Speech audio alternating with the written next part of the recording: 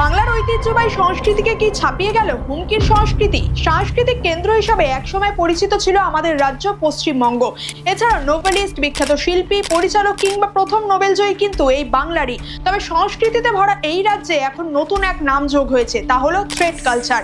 Thread culture বলতে বিভিন্ন ক্ষেত্রে ভয় দেখানো এবং হয়রানির সংস্কৃতির অস্তিত্বকে বোঝায়। পশ্চিমবঙ্গে এটি বেশিরভাগ দেখা যায় এডুকেশন, মেডিকেল, ওয়ার্কপ্লেস এবং ফিল্ম ইন্ডাস্ট্রির মতো জায়গায়। রবীন্দ্রনাথ, বঙ্কিমচন্দ্র, বিদ্যাসাগর, সত্যজিৎ রায়দের মতো বুদ্ধিজীবীদের ভূমিতে এই থ্রেড কালচার কি যথেষ্ট নয়? আমাদের রাজ্যের নাম সারা দেশ তথা পৃথিবীর সামনে ধূলিসাৎ করতে এই থ্রেড কালচারের জন্য অভয়াকেও প্রাণ হারাতে হয়েছে। হুমকির শিকার হয়ে সুইসাইড অবধি করেছে বহু মানুষ। আর এই কালচারকে শক্তি দিচ্ছে কারা?